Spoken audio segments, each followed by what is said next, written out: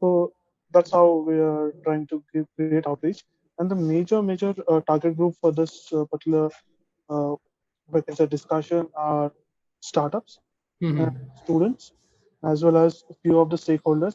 When I say stakeholders, it's mix of corporates and investors, Yeah. and some of the mentors. Yeah. So it's a very, if I can say in a single term, it's an innovation ecosystem whom we are Yeah. addressing to. And my questions, I think Shankar has already sent you my questions, but I'll try to make sure that I'll ask few of the questions from the conversations we have, and also I'll be moderating the session, so I'll try to ask more questions I haven't seen the questions. I've seen the agenda yeah. points, but So the questions are, I'll just tell you the questions right away. I that's don't all think right. so. They're very generic. So pain points of your customer and how are you delivering your in services in a very innovative way to your policyholders. So what's the future in InsurTech, and Mm-hmm. how the customer experience is very important in this particular space, which was missing for a very long time, right? Yeah. So your thoughts on it. Nothing more Yeah. controversial here. And I might be asking you questions on regulators and all, where you can be a little controversial if you want. No, absolutely. Look. The idea was not to get the questions pre-hand and prepare. The idea was usually I've seen effective panels where the panelists you are bringing what is the best out of the panelists, right? Yeah, So in each one of us have different domains or slightly different domains which are there. So yeah, I mean it's that's okay. how that's how We'll we chose you too. That's how we chose you because we don't want to competitors, but yet if I see the value chain of the whole insurance, you fit your services into one segment of it, right? That's the beauty. Mhm. I think one of the you supply something else, and some insure pays completely wrap it around and give more value to your policy holder. Yeah. So we thought through and we thought like there is an interesting jugalbandi with three of you, so that we want No, to I keep believe that that. intact.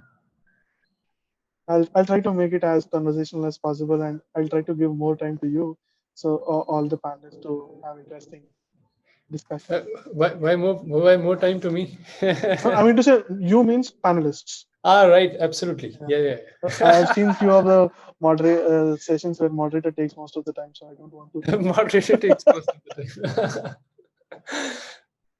And good to meet you, Saurabh. No, absolutely. Same here. I Uh, was hearing good words about Plum from Sandhya, which was she was there with us before, and we're trying hard to get you in to make sure that all our startups take your service. I think that is the yeah, need of the that'll be hour. great. Absolutely. I think what we are enabling here is a new way for startups to access insurance. Usually, these group insurances would be accessible to, or the quality of these group insurances would be accessible to only 100 plus kind of employee startup companies. And that we have completely reworked on the underwriting models, and now we're bringing it to even a 5 company startup as well. And that's T-Hub.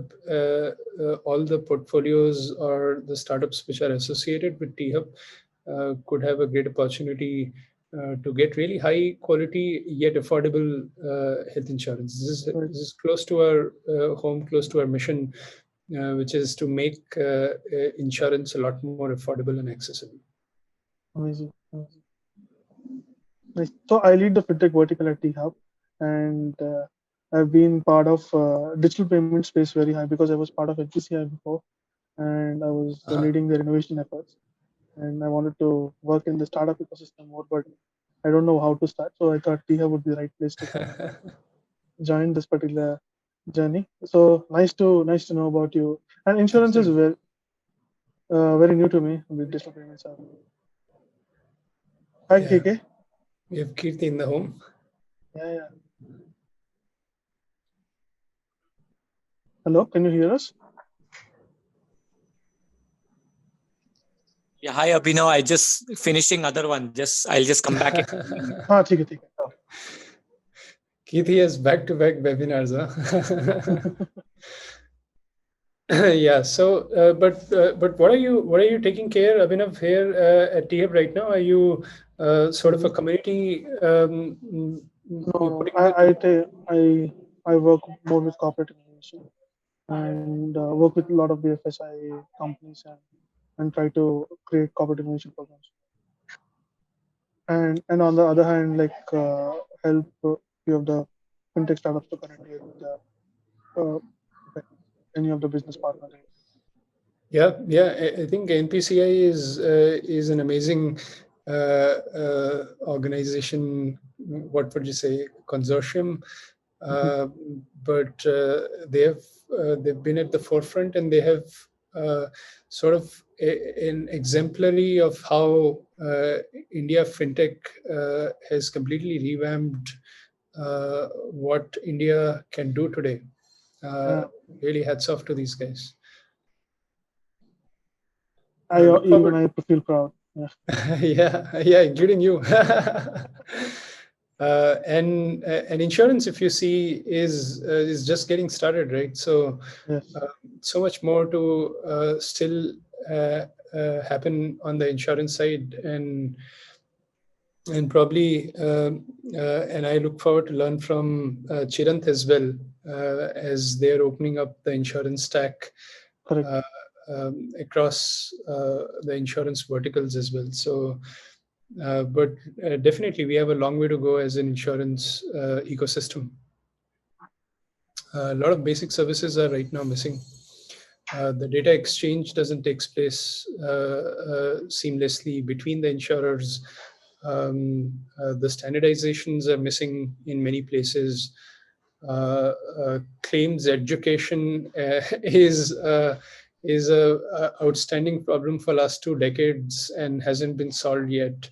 Yeah. Uh, but once you overcome some of these infrastructural side of the insurance, the insurance which stands today as a push industry could be completely converted into a pull industry. So um, No, definitely. I'm with you on this. Sorry to interrupt this wonderful conversation. I just wanted to go live because it's already 4. Meanwhile, Chirant is joining in a while. Yep, he Okay. is there. Hey, Chirant. Hello. Shankar. Hi, Chiran. Hi Hi, there. Chirant. We're just Hi, Abhinav. live. Yeah, yeah. Hi, Shankar. Hey, hi. Hey, Saurabh. How are Hi, you? Chirant. Good, Chirant. Good to finally put a face against the name, Saurabh. Heard a lot. My face is always there on my LinkedIn or my Twitter profiles. Yeah, in real time, I meant. Oh yeah, absolutely, absolutely. You guys have been doing really good stuff. So I thought this panel is not just to talk about all of us, but also for me, especially to learn from you what you guys have been up to. We are humbled for you to say that, but we are likewise, we are learning as well, Saurabh. So, yeah, you guys are doing some phenomenal stuff, and the recent successes are a testament to that. So, congratulations. Thank you so much. Sorry about the delay if I held up anyone here. No, no, no. No, no, I nothing. Wait. think what Shankar is saying, we are ready to go live in 2 minutes. Okay. Okay. Kirti is finishing one of his last webinar, and he'll be switching from his last webinar to now.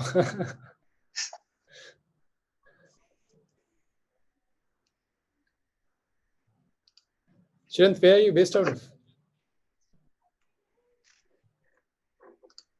I am Bangalore. So we are split between Mumbai and Bangalore. So the insure happens in Mumbai, the tech happens in Bangalore, if you will. So you have the best of the both worlds then. Trying to kind of keep our head above the water, you know. So we have been distributed from very early, from day zero. You know, this whole COVID scene and work from home thing actually, sort of made us more efficient in terms of working in a distributed model. Totally. So yeah, you are Bangalore, right? Correct. Bangalore, I'm just surprised by the diversity which we have in our team, from which locations they're all from, and I think we have covered almost every state. where everyone is spread around. And they wouldn't have figured this out if we were all in Bangalore. That's true. That's true.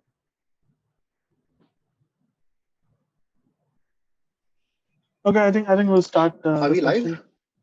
Yeah, now we're live. Hey, uh, good afternoon to all of you, and welcome to one of the most interesting webinar THub is hosting. Every time we used to do fintechs, now this is very specific to InsurTech, and we have phenomenal panelists with us. Three, if I can say three, one of the informed and most active founders I've seen in InsurTech startup ecosystem. One is Saurabh from Plum, second is Chiranth from Discovery, and third is Kirti from InsurPay. And welcome you formally from welcome you all to all of our participants. So just a small word before we start. You can attendees can just post in a lot of questions in the chat box, so I can quickly ask them to all our panelists to check their views and what's happening and all. And the most interesting part is three of them are from InsurTech, but they are from different segments of InsurTech. That's what I and Saurabh were discussing. If each one of our startup complements each other and try to at the end of the day, what they do is they increase the customer experience with insurance as a sector, and as well as in a larger landscape, they increase the penetration of insurance.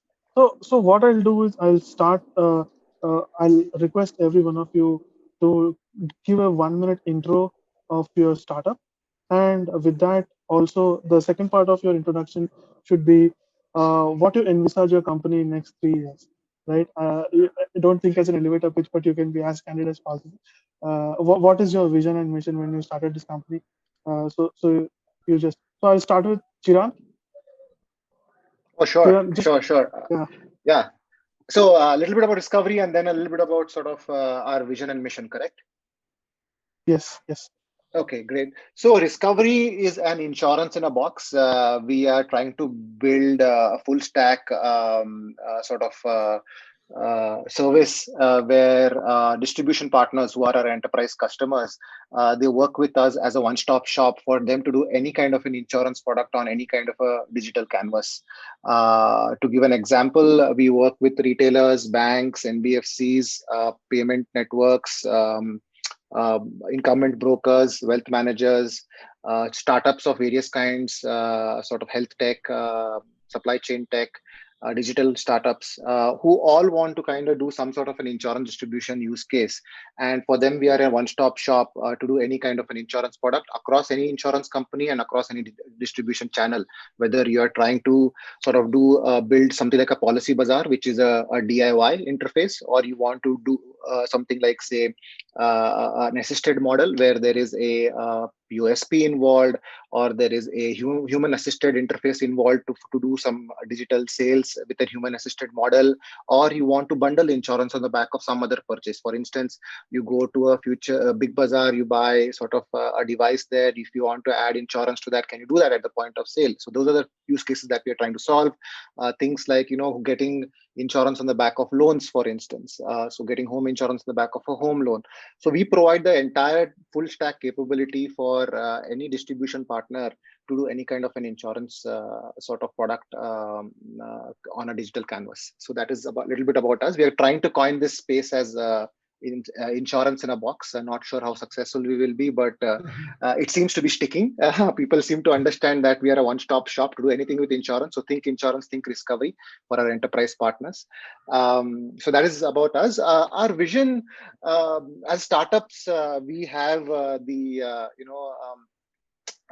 luck in a way, and also the opportunity to dream big. So we are dreaming big as well. We want to kind of help democratize insurance in emerging markets like India. We think that India being the second most populous country in the world, for us to be only little over 50% of the global median insurance penetration rate, the fact that I just said that sentence, there is something wrong with it. right? So it shouldn't be the case that, a hygiene service like insurance, where nobody can predict the future, right? So insurance is for those kind of use cases. Why should it not be democratized? Why should it be in only certain pools? Why, those kind of things. So we think our vision is to help kind of democratize this. And hopefully we will be able to do that by bringing that entire financial infrastructure, the full stack distribution capability for any insurance distribution use case to happen anywhere. That's about Thank us. you. I think that was nice. And I, in my mind, there were a few questions. I'll follow up the questions with you Surely. later. So Saurabh, next to you. Sure. So Plum is a group health insurance platform.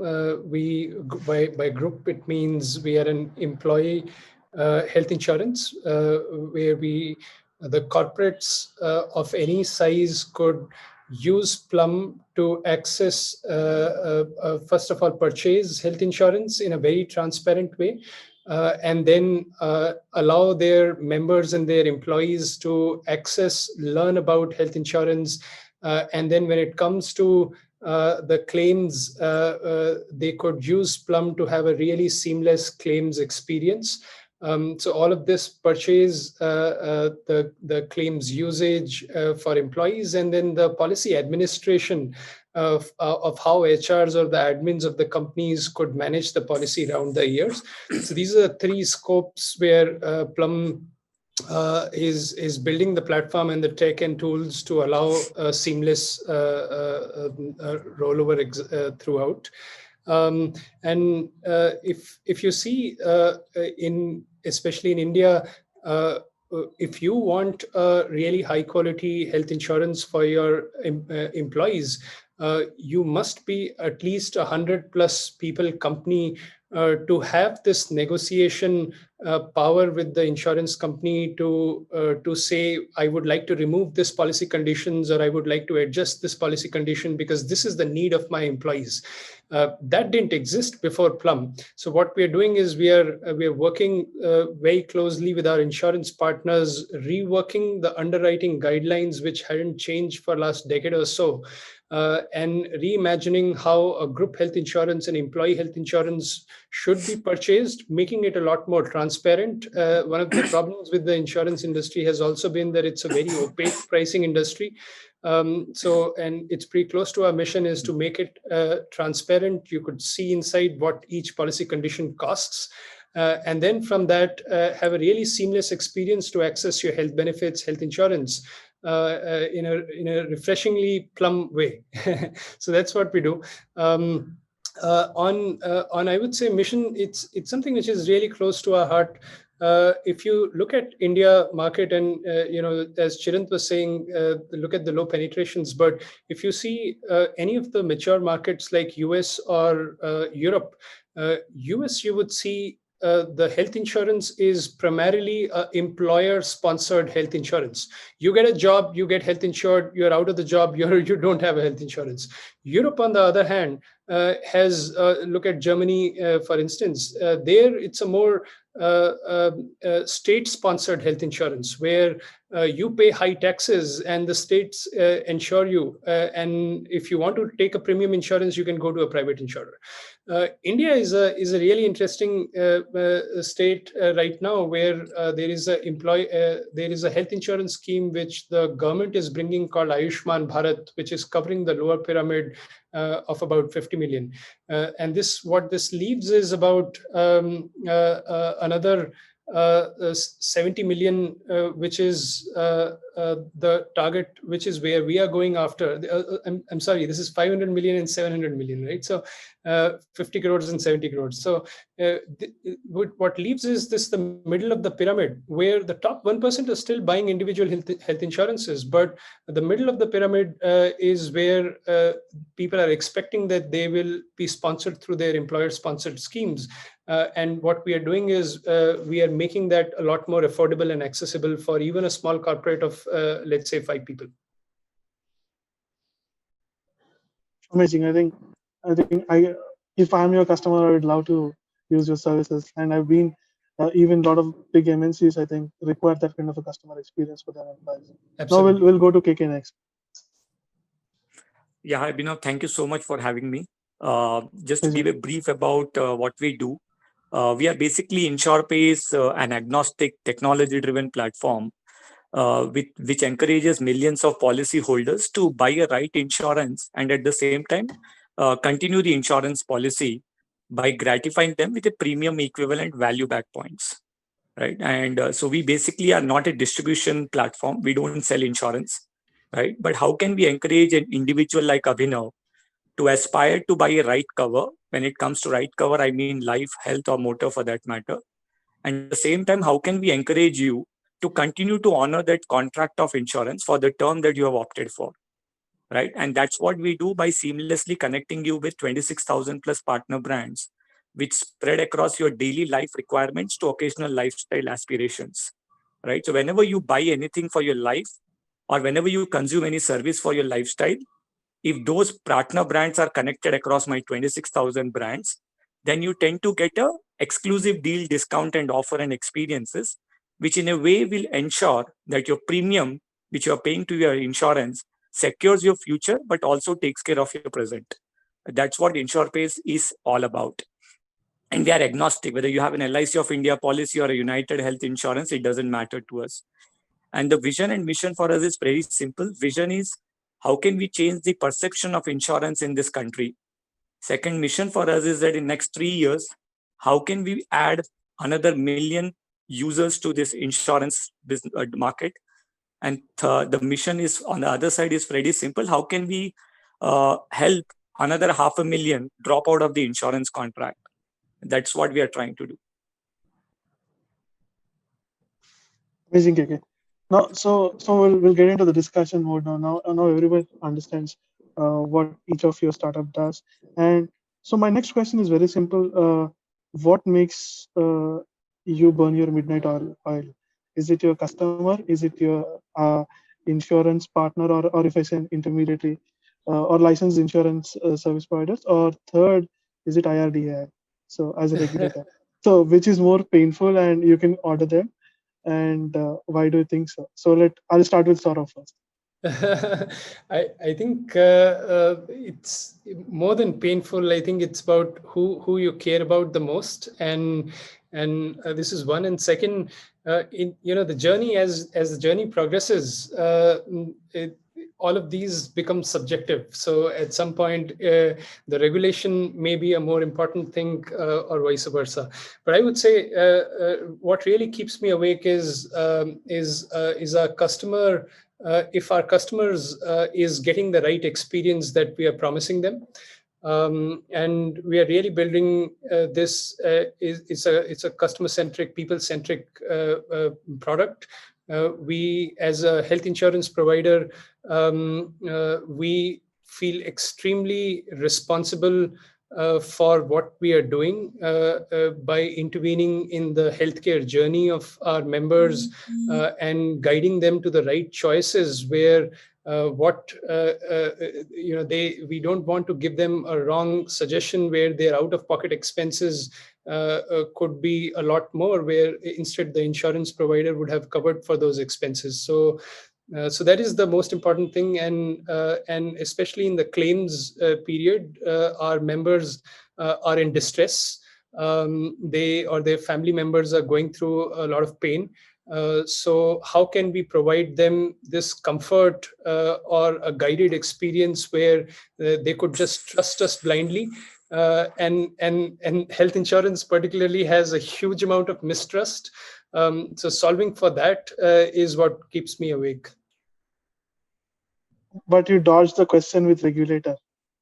I wouldn't say a regulator is a pain as such, and maybe Chiranth, who's trying to build everything into a single box, may have more insights. More insights. Those. But I would say the regulator is very cautious, and it's a good thing also as a bad thing. And we have seen some. I would say rays of light where IRDA is now opening up sandboxes and doing experiments. They also have, by the way, they have a very good service level on communication. So if they write that they'll get back to you in 7 days, they will get back to you in 7 days. So to any question you may ask. So there's definitely an high bar required for such a regulatory. You can't afford to have a VC money putting in a company which could eventually fail. A health insurance company do not fail, should not fail, and that's the responsibility of a of a regulator. So wouldn't say they keep us. We don't have to scratch our head or pull out our hair yet for IDA, but Chiranth may have has more insights there. I know, but I'll go to Chiranth at the end. That is the reason I'm saving Chiranth for this question. So and next I'll go to KK. So same question, KK. So what is making you burn your midnight oil?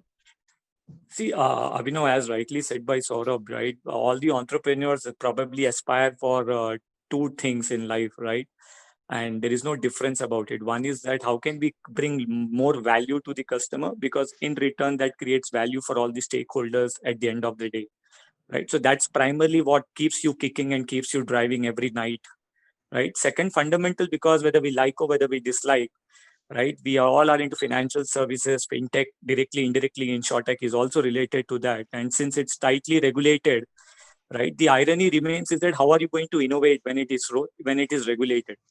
Because innovation has to always be ahead of regulation. Otherwise, it is not an innovation at all, right? So that's the biggest challenge. And especially in a market like India, I would say that there has to be a difference of approach when it comes to the startup India as well, that they need to come out with a clear policy that till the time the startup doesn't reach certain scale and size, no amount of regulation should be allowed to hover around the startup, because that's where I come from, a school of thought, because that's only where you can blossom. That's only where you can bring millions and millions of people to smile around themselves.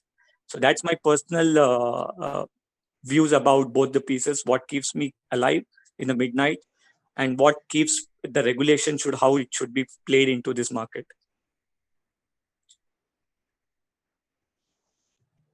Wonderful. Thanks, KK, for that. Now we'll go to Chiranth. Okay, I don't know if I can add anything deeper or meaningful, but sort of I can definitely share sort of our point of view and our journey. So what, as a founder, what keeps you up at night kind of changes over time, right? To Saurabh's point earlier as well. So initially, when you're still trying to figure out product market fit and and then the early traction and early adopters to after you have achieved product market fit, which some of us are fortunate to have seen fairly early.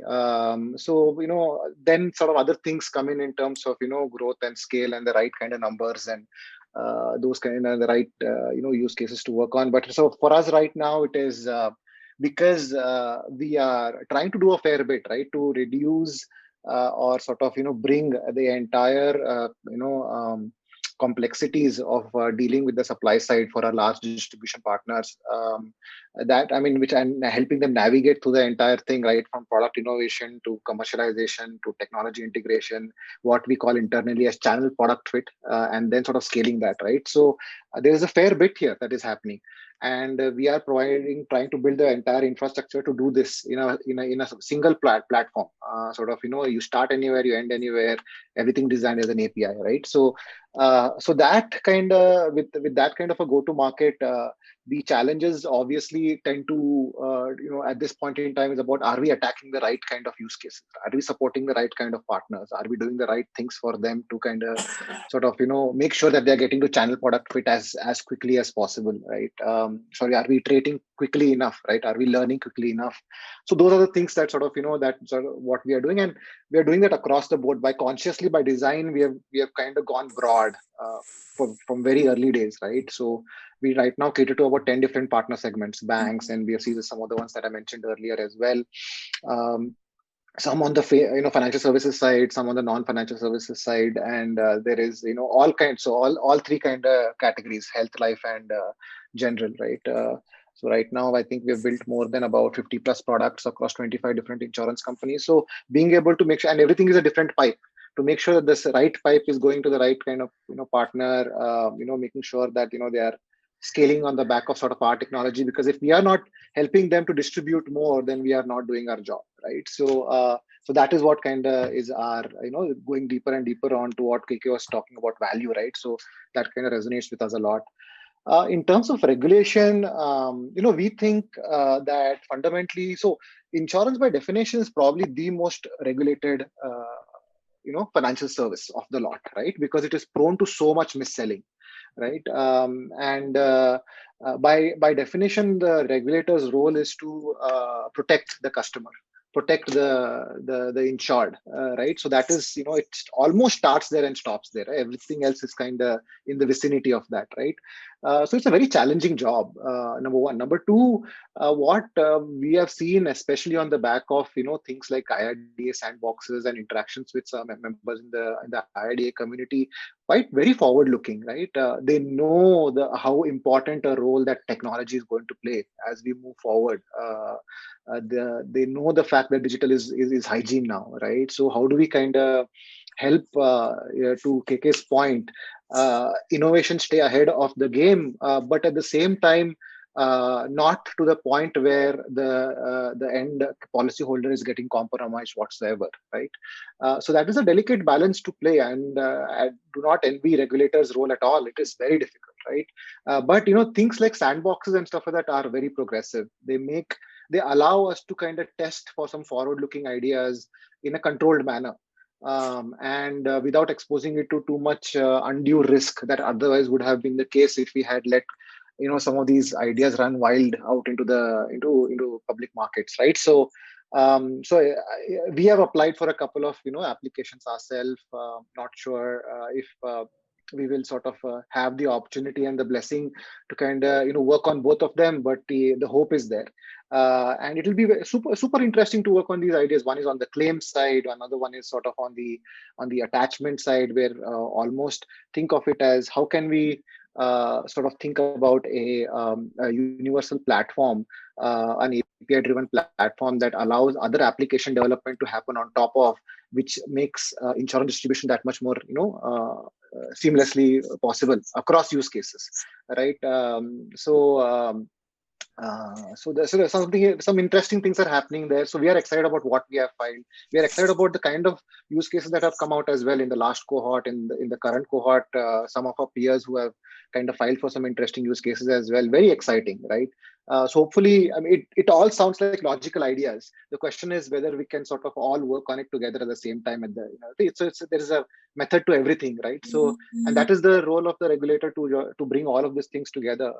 And like I said, it's not an easy job, but kudos to people who are doing it, and they're doing it pretty well. The good news is our industry is very nascent, right? So we keep calling ourselves a day zero sort of a company in a day zero kind of an industry, in the sense that we are literally 2% of the global insurance market, right? India. But it is growing at 5 times, it is going at 2 times the rate, right? So it is, by definition, it makes it the most exciting growth market in the insurance world. So we are, all of us, we are sort of lucky to be in the right place at the right time frame from that sense. But a long way to go for all of us. So hopefully, by all of us burning the midnight oil and being more sort of, to your question, being more paranoid about sort of, if we are doing the right things and are we doing the right things really well, it actually all contributes to the ecosystem to move forward inch by inch. Hopefully Thank you for the answer. I think taking cue from that, I'll ask this question to KK, because Chiranth was saying that you are very in the sector which is very nascent. So how do you see insurance sector is following what is happening in digital payments first, because digital payments was the first one which has been disrupted in fintech world, right? Are we taking cues from it and going forward? And is it a right way or not, as per you? So that is my question. So do you think the future of future of InsurTech should be very similar to digital payments, or you have some other perspective on it? See, Abhinav, there is no comparison between fintech and insurtech, for the fundamental reason is that when you're speaking about traditional financial transaction, right, It can last for as small as few milliseconds and can probably last for few years, right? And that's a kind of a product normally in financial services comes up with. Traditionally, if you look out insurance, it's a very, very complex product, and especially from a market like India, which has got multifold internal and external challenges. When I say internal and external, I refer to the regulatory challenges, as well as when you cross probably every 50 kilometers, you have a different country to play and deal with, right? And a different barrier, different understanding, different literacy rate, and so on and so forth, right? So in insurance, especially the limited horizon which I have, I personally believe next 20, 30 years, a lot of product innovation is going to happen. At some point of time, people were speaking about sachet insurance, and some point of time, people were speaking about commoditizing of insurance products. Personally, I believe there would be a space in this planet where insurance will be related to what's your lifestyle all about.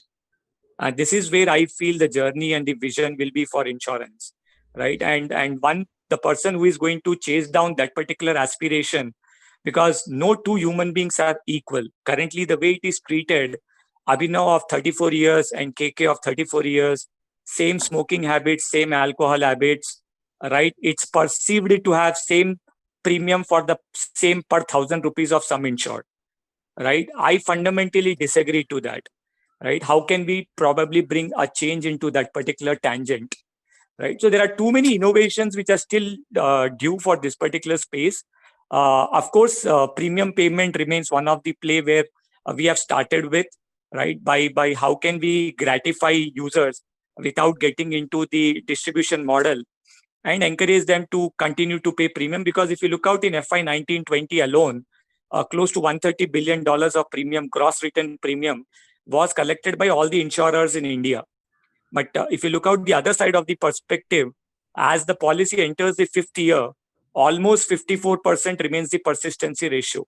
Now, what happens to the balance payment, right? Where has it gone, eroded into?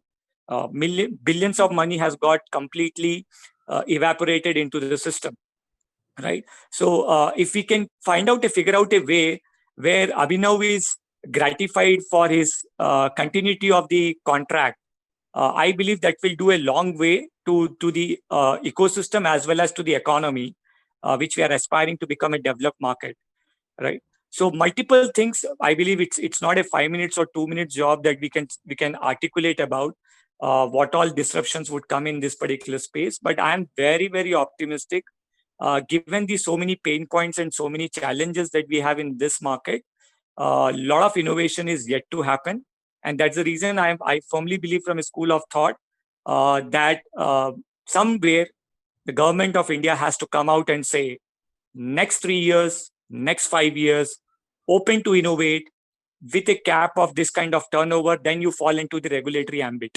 You can't compare a rat with an elephant already. That is, to me, as an entrepreneur, not, it cannot exist together. Right. So these are my few submissions about the question which you have asked. Wonderful, Kike. I think you are very articulate about what is the future of insurance. I think insurance players will charter their own different path because of the interesting challenges there are there. When it comes to interesting challenges, you said about heterogeneity of different customers because you are into B2C play. Now I want to come to Chiranth because he works in B2B side of things. Is homogeneity a reality there, or it is very heterogeneous because there is no standardization there, right? So you deal with different banks, and I think you are trying to create a stack which is equivalent to a neo banking stack, right? It's a neo insurance kind of a stack. So what is your what are your thoughts on it? So the way we see it is that, to answer the heterogeneity versus homogeneity kind of question. So I agree with KK, right? In the sense that by definition, if two people with two different risk profiles getting the same priced product, all else being equal, doesn't sound right to anyone for that matter. It doesn't work in consumer goods. Why should it happen in something like financial services, right? So and in insurance. So So I think the one size fits all kind of days are definitely sort of dying out. The where the industry is moving is very sort of fairly on from being more reactive to more sort of proactive. There's a lot of data proliferation now for us to kind of do things like real time underwriting, sort of usage based sort of underwriting, then things like hyper personalized sort of products that suit the risk profile on demand, right? You don't switch on switch off, those kind of things that have already started happening in other markets. We are seeing that those kind of sort of use cases coming back here as well. But it's not about it's not about square peg in a round hole kind of a thing, right? Not everything is needs to kind of fit in squarely that has worked in other markets, right? Sort of India is a very unique market by itself.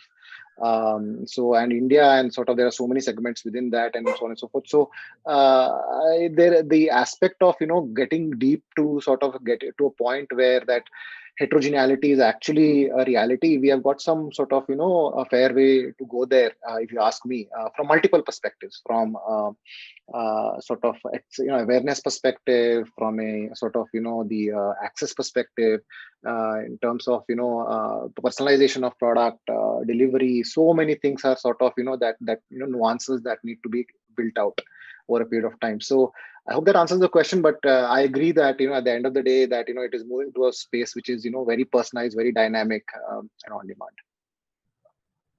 I want to take so now, because KK was in B2C, you are in B2B, B2B2C.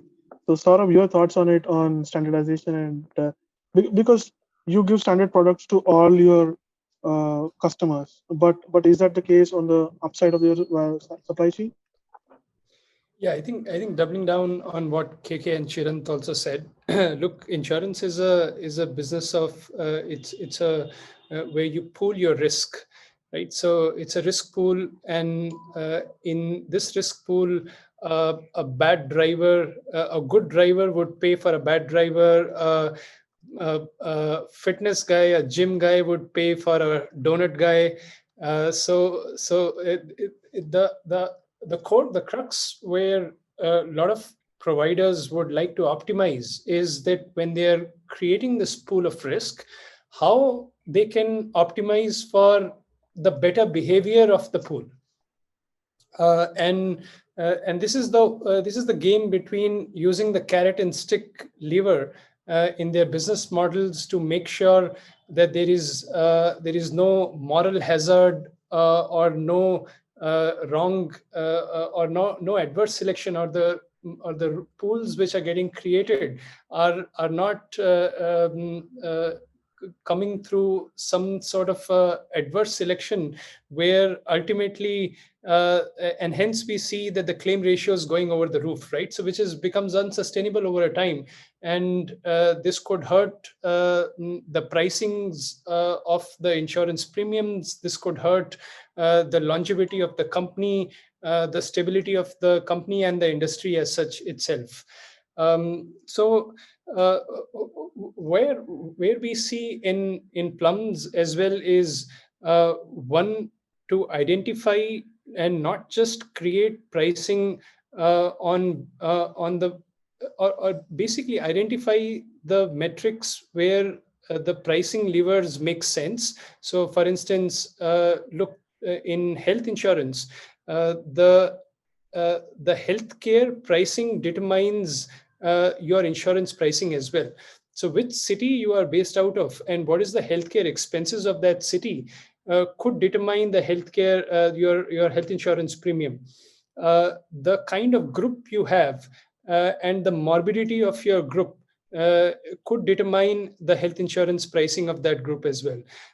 What is the ratio between the employees to parents, employees to spouse, child, whether you are adding a maternity as part of your insurance plan or not, whether you have waitings or not. So these are all the conditions which could come in the group and help determine how the pricing or how's the adequate pricing done. And this adequate pricing should not be above, let's say, a ceiling where you are overcharging, and it should not be below a floor where you are undercharging and going into losses. So I think the dichotomy of an insurance provider is that they do not have much data about who they are selling to. And this also falls back to whether we have right infrastructure for in place where this data exchange could take place. So today, when an insurer underwrites, Saurabh, just I think there's a play. Can you just mute yourself and unmute yourself, because there is some disturbance. You can unmute right now. Yeah. I think there's a disturbance again. Is it in my side? Yes. This disturbance? Yes. Yeah, when you're speaking, there's a disturbance coming in. Okay, that's okay. Yeah, go on, Saurabh. Go on, sir. Conclude. Yeah, so what I was sharing was that. Saurabh, do you wanna? Can you? Maybe it's your headphones. You don't. All right. Okay. Is it better now? No, I think it's the line. I think you can quickly, if it's not an issue, you can quickly log off and log on once. Any better now? No, I think it's Oh wow! Is it like a background white noise source? It's like a like Darth Vader talking at the same time. Exactly. Oh yeah, this happens sometimes, but it hasn't happened to me. I've seen it. Should I drop out and come back again? Right. Okay. While Saurabh comes back, I think I have an interesting question here. So there is one question from the R&D also here. How in this digital environment, what do you think the role of an digital agent would be, or an insurance agent would be, right? Kiki, you want to take this, because we are completely getting into a digital environment and we are removing intermediaries in between, right? How would what would be their roles, and how would a new normal would be there? Sure. So fundamentally, if you look out, Abhinav, right, insurance primarily because of the nature of the product, right, it can never become an independent, 100% digital driven product purchase. It will always remain semi-assisted, right? You can have certain SKUs of the products where you can make an instant online purchase like over the counter, right? But fundamentally, because of traditional nature of these products, like a lot of endowment plans are available and everything, right? It needs to be customized, it needs to be understood, and it should be aligned from the structure of the family is concerned, right? Hence, I would always believe that the semi-assisted is the way forward, and it will remain the way forward. While there would be certain products which will be completely floating or completely selling on a digital mode, right? You can perhaps buy a motor insurance policy completely online without any agent's involvement, right? But when it comes to a life insurance product, I'm excluding a traditional term insurance plan over here, right? It has to be a semi-assisted model, and hence the role of an agent is pretty simple right now. And hence in InsurPace, if you look out, we have done a complete reversal of the entire model, because if you take 3-4 years ago, the agents which are currently around in excess of 27 million in this country, they were contributing in excess of 54% of insurance business in this country. And today, as I speak to you, it is sitting around 50, 41, 42% of total insurance business being done by the same set of 27 million users. Now, when I'm speaking about 27 million agents, you can understand so many family members and what is the kind of repercussions on that. While the business of insurance is moving up, the share of millions of agents into that particular business is going down. And this happens when new age business models come up and the traditional players don't catch up to that. And that is what is being proven. Now, in InsurPace, what we have done is that since we have currently started just in April 2020, and currently we have around 127,000 plus registered users on our platform, right? And whenever these people are looking to subscribe or probably look or explore any new insurance product, let it be health, life, or motor, right? We have a feature wherein they can plug into and say that get me an advisor. And we have an internal mapping criteria, right, which we have developed. And we map that particular thing to the best available agent right now who can service your requirement at that point of time. So we don't do the way Policy Bazaar is doing. What we do is that if Abhinav is looking for an insurance product or a policy, right, we connect you to the best possible agent who has got multiple filtering criterias.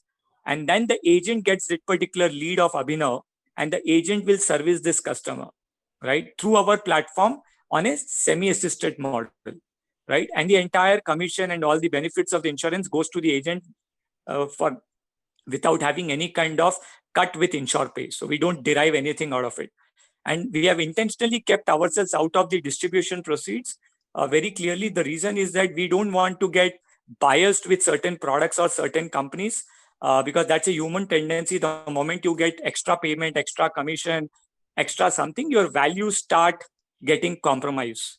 Hence, as a principle of business, we have ensured that till the time we are existing in this planet under InsurPays, we will do away, refrain from any kind of direct or indirect distribution of insurance product. Thank you, Vika. I think it answers. I think there was a follow-up question also on the same thing, that because policy agents educate policy holders about the terms and conditions of the policy, but you have answered that question too, and their importance in the whole value chain. And there is one interesting question. I think it is directed to Saurabh. Saurabh, it is being asked that there are many players in B2B, B2C play. Do you think there is a Paytm kind of an equivalent which will happen very soon in insurance, right? So one player will aggregate everything. I don't know if it might be Geo too, but will it aggregate everything and they will take all the cream here? Is that what you see? Is it like how is that different from Policy Bazaar? Right, but having said that, Paytm may also come into insurance, maybe Navi as well. But these are may come as Paytm has also acquired a insurance license, right? So these are coming as manufacturers, and then what Policy Bazaar is doing is the true aggregation across these manufacturers, more focused towards individual health insurances. But is the question that are we going to become an aggregator at some point? No, what I'm saying is there might be a super aggregator which will do all the jobs what Chiranth is doing, Saurabh is doing, and KK is doing. So, and they'll take away all of your business. Is that a possibility? If not, there is a follow-up question too. Are there any particular segmentation which happens in your market, like especially you, Saurabh, because you're into B2B2 space, and with that segmentation, you see some uninsured players or low marginalized communities can be served.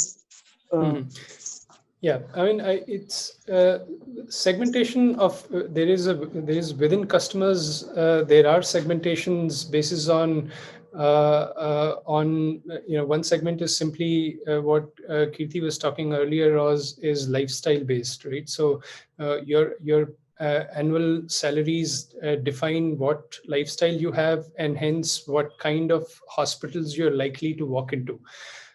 So this is one kind of segmentation, but when I zoom out of just our member base and talk about the distribution, then we have multiple segments. So for instance, one segment which we are right now very focused on is SMEs and startups, where any employee base less than 500 employees or less than 1,000 employees is a very focused area. Within that, we have a segmentation of if you are less than 50 employees or more than 50 employees. If you further go into that segmentation, there is another segmentation that if you're less than 10 employees or more than 10 employees, right? So now if you see, there is the SMEs, there are about 1 million SMEs which has less than 50 employees out there, who have never had access to a high quality and affordable health insurance. So this is definitely a huge focus area for Plum. And then if you see large corporates who already have had access, and these are corporates where 1,000+ employees are already there. These are some of the MNCs, very traditional corporates as well, some of the larger industries, manufacturing businesses as well. So there has been health insurance, but if you see, it's a very underused health insurance. In fact, 1 in 7 employees actually know how to go and they have health insurance, and then going and using the health insurance is another ball game altogether. So when we look out into these segments, we are focused today to SMEs, but our mission is actually to go to all the corporates and allow a really seamless employer-sponsored health insurance. Got it. And just to shout out to that imaginary one big company which will do everything is not going to happen. I think it's not a reality. It's not a reality. The segmentations and to the point which Chiranth and Kirti was talking earlier, that it's a very diverse set of market and diverse requirements. And we'll see a lot of innovative products, and those innovative products will not be just found in one website. Got it. Can I just add to what Saurabh was just saying? Oh, please. Yeah, so 110% agree there, right? So it is that one size, the fact that, we are, the move is from sort of, centralization to decentralization at this point in time. The very fact that, it is going to be a one size fits all kind of a play as well from a brand side may not be the case, right? But having said that, insurance, by definition, if you look at sort of, there are quite a few number of manufacturers, that in India on sort of on life and non-life side. But if you look at from a aggregator brand side, there is only one company that has reached a level of a unicorn, right? And it has taken them quite a few number of years to do that because of the dynamics of this particular space, right? So there is some truth to the question, but not from the sort of an overarching business model perspective, but being that sort of that brand, right? From a consumer perspective. Having said that, there is sort of a lot of other segmentations to think about as well. Currently itself, direct from the manufacturer side contributes to about 30% of all the volumes policies sold. Then your agent is another 30%. Your brokers are sort of about 25%. The corporate agents, sort of like the banks and whatnot, are 12%, and everything else is that 6%. So that policy bazaar, which is that unicorn, is in that 6%. Right, that's how sort of the segmentation of the market is at this point in time, to juxtapose it against sort of what Saurabh was mentioning in terms of segmentation from a B2B2C perspective. For us, I mean, for every company and business model and sort of go to market, it's different. For us, it is a 3-4 almost a multi-pronged sort of a matrix, right? We first have to look at sort of the scale, because we are not direct to consumer, we are B2B2C as well.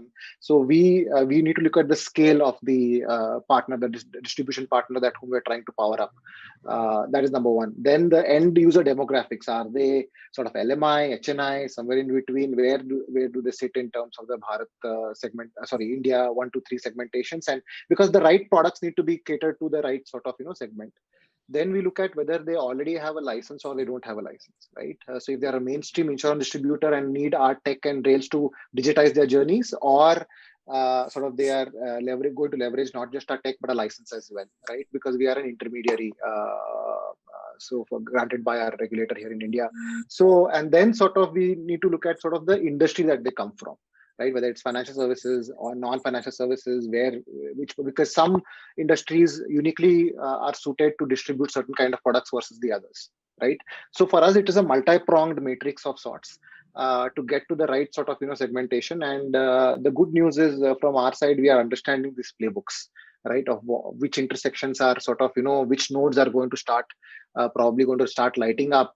And from an infrastructure perspective, from a B2B2C perspective, it is the most cost-efficient way to kind of figure out the right node that is going to fire up, right? We almost think of the platform like a neural network, right? So a network that connects multiple nodes that are going to be within the sort of the network, and then sort of which are using our pipes and we know which ones are going to be sort of starting to light up very quickly. So, and we want to be kind of the first ones there. So that is sort of the way we think about our segmentation.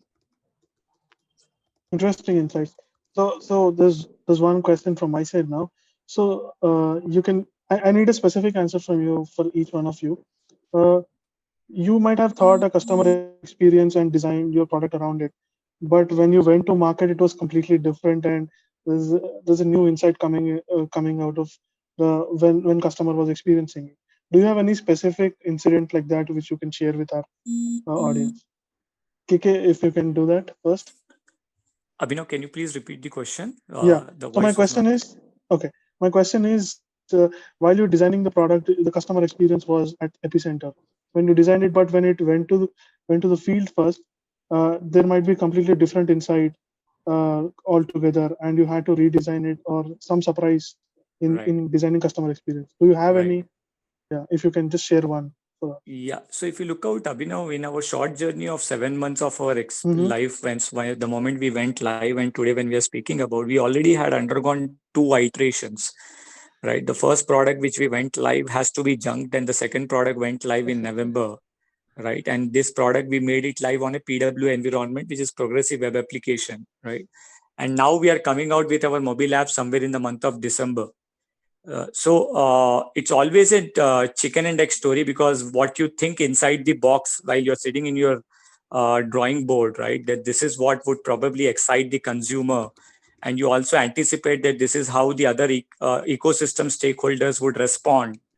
Once you go out into the market, perhaps the ecosystem is not there to respond the way you design the entire product, right? Because the nature of Indian market is that it's still very, very immature, right? In a matured market, it's very, very simple that you know that, okay, these are the ecosystem threads available, you plug and play, and then you know how is the sweet spot to be determined with, right? So say, for example, in the form of, I'm just giving an example of CRED, nothing to correlate over there, right? There was a very clear system available in the form of bureaus. So you punch your mobile number, you punch your email ID, and then your card details, you give an access to that yes, I'm authorizing you to access my bureau score, and thereby your cards are visible to you on your front end, and you have a seamless, frictionless global experience over there.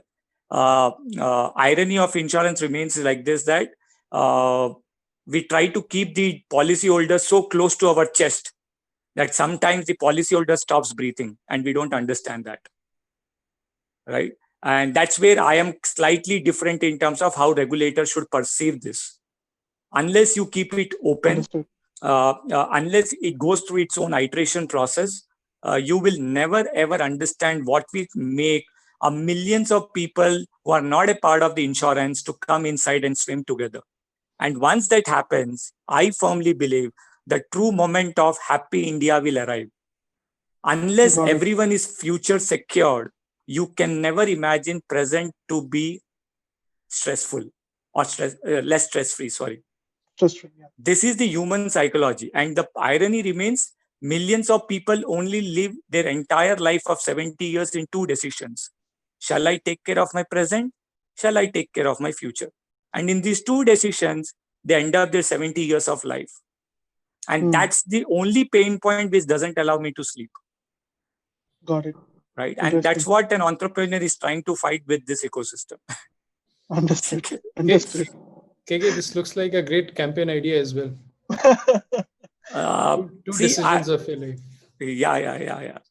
I hope Narendra Modi takes it over, and next election it's taken off. Yeah, you told that government has to say that too. Yeah, and your tagline is "Ab raho nischint," and exactly he's doing that, Saurabh. And Saurabh, there is one question for you, which is very similar to the answer what KK has answered on the customer experience. Shiva is one of our participants here. She says health claims are worst things to handle, right? How are you dealing with that? And because right, yeah, you can go on and answer this. Yeah, I was also responding to a similar question in the chat as well. So yeah, absolutely. This is the health claim. Why is health claim broken as well, right? There is here are 3 parties involved. One is a member, one is an insurance provider, one is a healthcare provider, and all 3 of them have their own incentives. The member obviously they have paid for a premium, assuming that all my healthcare expenses will be taken care of. Insurer who would like to pay judiciously to whatever the healthcare treatment is, and the healthcare provider who may want to put any bill, because whatever bill they would do needs to be reimbursed, whether it comes from the members out of pocket or whether it comes from the insurer. So there is this some sort of misalignment of incentives here, and to bring everyone on the same page has been a challenge which has been outstanding for decades at least out there. And some of the insurers have also done bad practices in their past by falsely rejecting the claims as an approach. This has been an approach for a lot of insurers, where they would reject the claim unless challenged. And hence IRDA had done some work as well in bringing more transparency around the claim incurred and claim ratios, claim approvals, etc.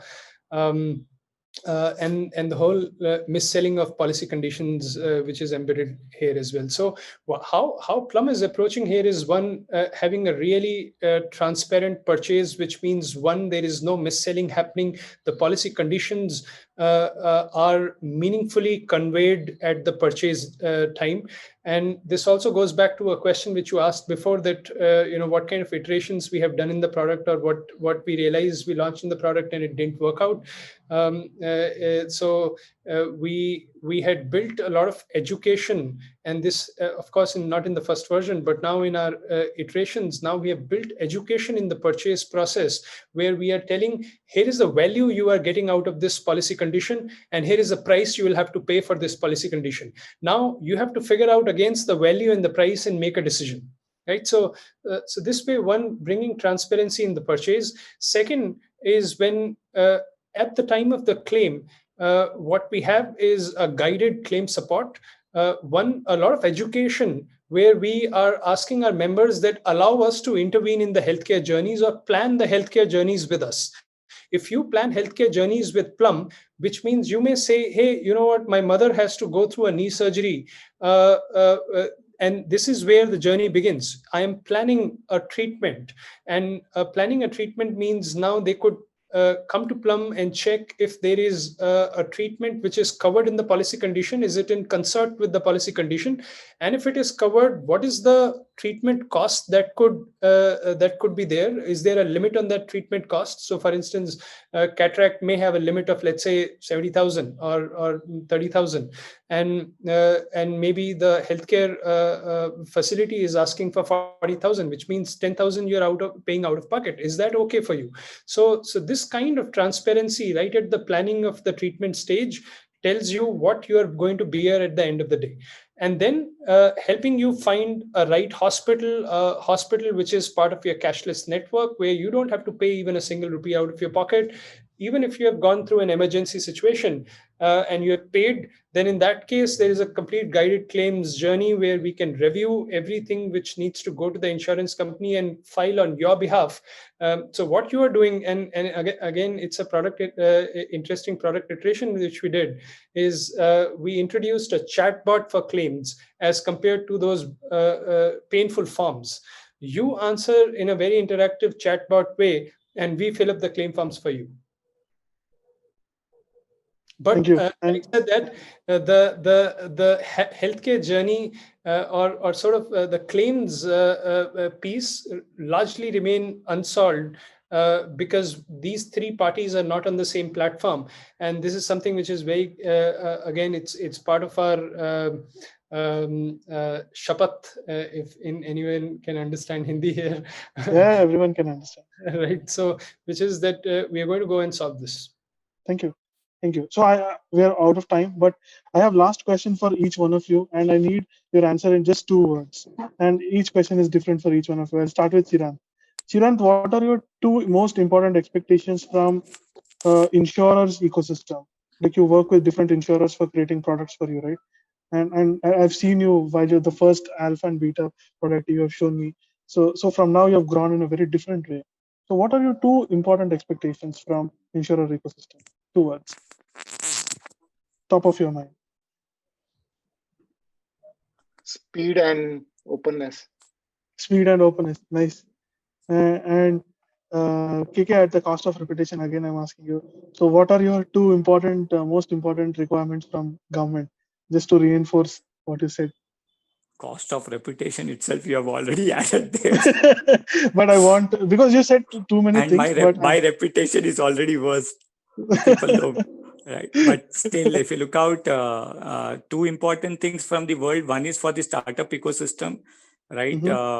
Try to be much more transparent in whatever you're communicating. That's very clear. Transparency is very important. Transparency, okay. Yeah, and second thing is that just shy away with your regulations for at least till the time a startup reaches some scale. Got it. Irrespective whether it's payment startup, insurance startup, wealth startup, or anything, just shy away for some time. Right, understood. And Saurabh, 2 important things. What a new incumbent, because you are day 0 of insurance, right? Like how Chiranth has tagged you. What are 2 simple 2 words advice you'd like to give a new player coming in InsurTech space? What are the 2 words he has to follow? Yeah, I mean, I think you don't have to. There is a benefit of being an outsider to an insurance industry. Both me and my co-founder Abhishek have been outsiders to the insurance industry. We don't have like a decade years of experience working in it, and this is use this as a boon, where you are bringing a fresh perspective, out of box thinking, and use this as a benefit to what you could bring as a change to this industry, which has fresh perspective is one, and second, fresh perspective. And I would say fearless as well. Look, this is a highly regulated industry, right? So you have to adopt this RegTech, call it RegTech, right? So embrace this idea of regulation tech, work with it, and so I would say be fresh and fearless. Correct, absolutely. Fresh and fearless, and I can vouch. I know KK Chiranth very personally, and I know you now, and all of you are very fresh and fearless. I can vouch for it. And thank you for spending time with our audience and giving you valuable insights about InsurTech. And we'll come back to you with more and more things and support the startup ecosystem like that. Thank you. Absolutely. Thank you, everyone. Thank you, Chiranth, Thank you, KK, Chiranth. for sharing your journeys and very interesting ideas. Thank you, KK. Thank you, Abhinav. Thank you so much. Much appreciate. Thank you, everyone, for tuning in. Have a good day. Thanks, everyone. Thanks Bye. to you. Bye. Bye, Abhinav. Thank you. Thank you very much.